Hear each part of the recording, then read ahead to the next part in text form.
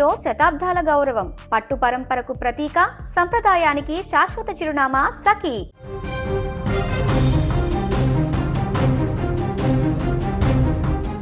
అనారోగ్యంతో ఉన్న భర్తను లక్షల రూపాయలు వెచ్చించి హాస్పిటల్ చుట్టూ తిప్పి తిరిగి ఆరోగ్యవంతుడిగా చేసుకోవడం కోసం అహర్నిశలు కష్టపడేటువంటి ఇల్లాలను మనం ఇప్పటివరకు చూసాం.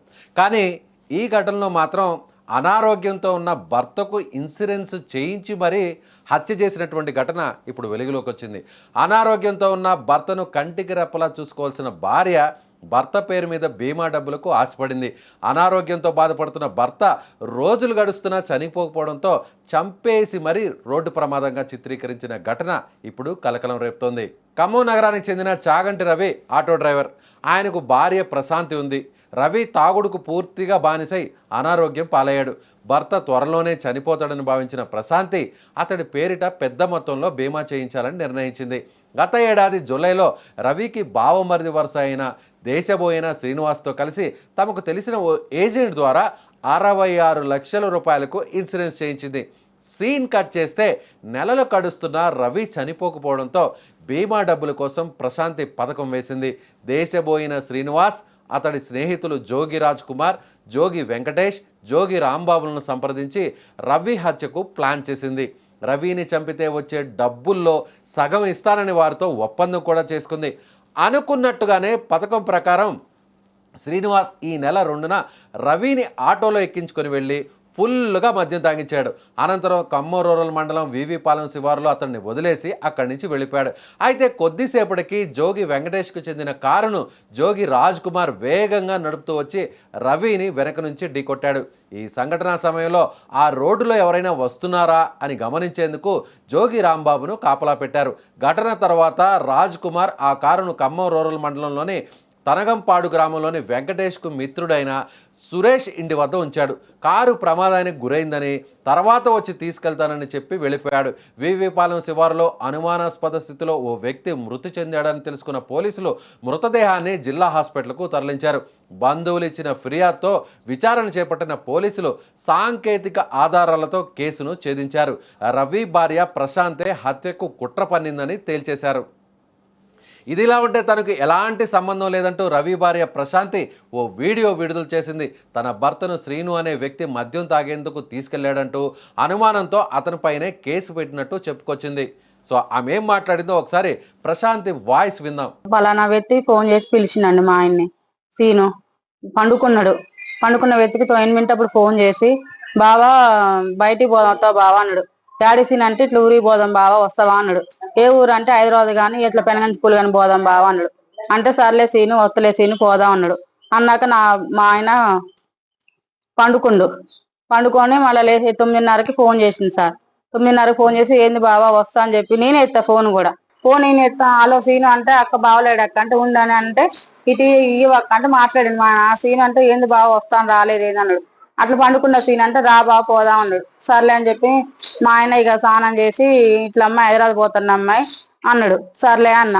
అట్లా మా అక్క వాళ్ళ అమ్మాయి కూడా ఫోన్ చేసిండు. సమ్ము ఇట్లా నేను హైదరాబాద్ పోతున్నమ్మ పిన్నికి అసలుకి చేత కావట్లేదు అమ్మోళ్ళు ఉంటారు రమ్మని చెప్పంటే అమ్మోళ్ళు ఇద్దరు పని పోయారు బాబాయ్ అంటే నువ్వు అన్న రమ్మంటే వస్తలే బాబాయ్ అన్నది. అన్నాక చిన్న పొయ్యి ఉంటే మాది బయట పెట్టుకుంటూ తీసుకొని పోదామని మళ్ళీ ఏమనుకున్నా చిన్న పొయ్యి ఆడబెట్టి హైదరాబాద్ పోనమ్మా పెనగంచి స్కూల్ పోతా అని చెప్పి పోయిండు. బయటికి వెళ్ళిండు 10కి బయటకు వెళ్ళింది సార్. 10కి బయటకు వెళ్ళినాక నేను మా పెద్దమ్మలు చిన్న గొడవ అవుతుంటే ల్యాండ్ దగ్గర నేను కూడా వెళ్తా అంటే వెళ్ళన్నాడు. సర్లే అని చెప్పి నేను మా పెద్దమ్మల్ని పాతింటికి వెళ్ళాను. వెళ్తే అక్కడ మా పెద్దమ్మలు ఎవరు లేరు. స్టేషన్ కాడికి పోయిన సంగతి తెలిసింది. సర్లే అని చెప్పి నేను ఇంటికి వస్తే మా మేనత్త పిలిస్తే నేను వెళ్ళాక ఇక మా ఆయన సీనోటికి వెళ్ళి పోయిండంట. పోయినాక మా చెల్లె కాడికి పోయి అమ్మాయి తేజ నేను ఇట్లా ఊరికి పోతానమ్మా పెనగంచి స్కూలు ఇట్లా మీ అక్కని తీసుకొచ్చుకోమంటే అదన్నదంటగా బావా నేను ఇంటికాడ పని కాలే బావ అక్క నువ్వే రమ్మని చెప్పంటే సర్లే అమ్మ నేను చెప్తాలే అమ్మ అన్నాడంట మా ఆయన. అన్నాక మళ్ళీ కసుపున్నాక ఒక 10 నిమిషాలు పావుగంటకు పోయి పప్పు తీసుకుపోయి సీనోటి కంచి పప్పు తీసుకుని మా చెల్లెకి ఇచ్చిండంట. ఇచ్చిగా పప్పు అమ్మాయి నువ్వు మీ అక్క వేసుకున్నానంటే నాకు కూడా కొద్దిగా ఉంచండి అని చెప్పి చెప్పిండంట. అట్లయితే నేను మా పెద్దమ్మటికి లేరని చెప్పి నేను 12 ఇటు వచ్చి నేను మా పెద్దమ్మ సెల్ నుంచి మా ఆయనకు ఫోన్ చేస్తా. 11:30 12 లోపు సార్ ఫోన్ చేస్తా బావ ఎక్కడున్నావే అన్న. అట్లయితే నేను ఇట్లా పెనగంచి పూలు పోతున్నా నేను అన్నాడు. ఎవరంటే నేను సీను పెనగంచి పూలు పోతున్నావు అన్నాడు. ఖమ్మం రూరల్ పోలీస్ స్టేషన్ పరిధిలో ఎం వెంకటాయపాలెం విలేజ్ గ్రామ శివార్లో తేదీ 2/3/2026 రోజున రాత్రి అందాద 8:30 ప్రాంతంలో ఒక డెడ్ బాడీ, అంటే అది చాగంటి రవి అనే అతన్ని ఆడ రోడ్డు మీద మనకు అనుమానాస్పద స్థితిలో పడిపోయి ఉన్నాడు. దాన్ని మనం ఇమ్మీడియట్లీ మనకు అక్కడ ఉన్న లోకల్ విలేజర్స్ సమాచారం రాగానే మనం పోలీస్ వారు అక్కడికి చేరుకొని బాడీ షిఫ్ట్ చేయడం జరిగింది.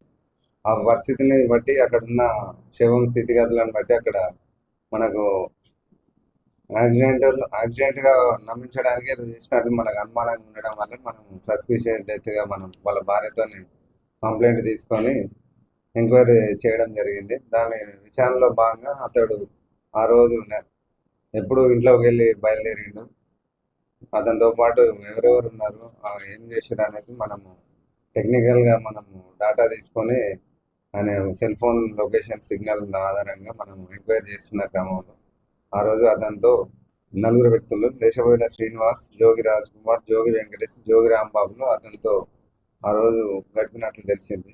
దేశపోయిన శ్రీనివాస్ బంధువులైన జోగి రాజ్ కుమార్, జోగి వెంకటేష్, జోగి రాంబాబు. జోగి వెంకటేష్ అనే అతను దీంట్లో ఇన్సూరెన్స్ ఏజెంట్గా పనిచేస్తున్నాడు. అయితే వీళ్ళిద్దరు భార్యాభర్తల మధ్య గొడవలు, కొంచెము ఇతను పెయింటర్గా వర్క్ చేస్తాడు, తాగుడు అలవాటు ఉన్నందున వీళ్ళిద్దరు భార్యాభర్తల మధ్య గొడవలు జరుగుతున్నాయి. చాలా రోజులు వాళ్ళ అమ్మ వాళ్ళ ఇంటికి పోయి సపరేట్గా ఉన్నారు, మళ్ళీ ఈ మధ్యకాలంలో కలిసి ఉన్నారు. అయితే 1 year కింద ఒకసారి హెల్త్ అయితే ఆయన తాగి ఒకసారి ట్రీట్మెంట్ తీసుకెళ్తే డాక్టర్ గారు 2-3 నెలల కంటే ఎక్కువ బతకడం అనేది వాళ్ళకి చెప్పడం జరిగింది. దాంతోనే ఆమె వాళ్ళ బంధువైన శ్రీనివాస్తోనే ఎట్లాగే చనిపోతాడు కదా, ఏమన్నా ఇన్సూరెన్స్ ఇట్లా ఏమన్నా చేస్తే మీకు తెలిసిన ఏజెంట్ వెంకటేష్ ఉన్నాడు కదా అని అడిగితే వస్తే అని చెప్పి అతను టాటా కంపెనీలో ఇన్సూరెన్స్ చేయడానికి తీసుకెళ్తే అతడు అక్కడ ఫిట్స్ రావడము, ఆ మెడికల్ రిపోర్ట్స్ అన్ని కరెక్ట్ లేకపోవడం వల్ల వాళ్ళు మేము ఎటువంటి చేయము, అన్ఫిట్ అని రాస్తారు. దాని తర్వాత అతని అడ్వైస్ ప్రకారం ఇట్లయితే కాదని ఒక కారు తీసుకుందాం, 16 లక్షల ఎర్టిగా కారు, దానిలో డౌన్ పేమెంట్ కొంత చేస్తే మిగిలిన ఇన్స్టాల్మెంట్స్ కట్టాల్సి ఉంటుంది 4-5 years. దాని మధ్యలో ఎప్పుడు చనిపోయినా కానీ మనకు ఆ కారు మీద ఉన్న లోన్ మొత్తం మాఫీ అవుతుందని వీళ్ళు ఒక పథకం, ముగ్గురు కలిసి పథకం రచించి దానిలో భాగంగా ఈ A1 దేశపోయిన శ్రీనివాసు అతనికి 2,47,000 రూపాయలు డౌన్ పేమెంట్ కట్టి ఈ నూతన పేరు మీద ఒక ఎర్టిగా కారు మరియు ఈ ఇన్స్టాల్మెంట్ పే చేయడానికి ఒక అకౌంట్ SBIలో ఓపెన్ చేస్తారు నూతన పేరు. దాంతోనే ప్రతి నెల 34,000 వాళ్ళు ఇన్స్టాల్మెంట్ పే చేయాల్సి ఉంటుంది. అదంతా ఈ దేశపోయిన శ్రీనివాస్ చేస్తున్నారు.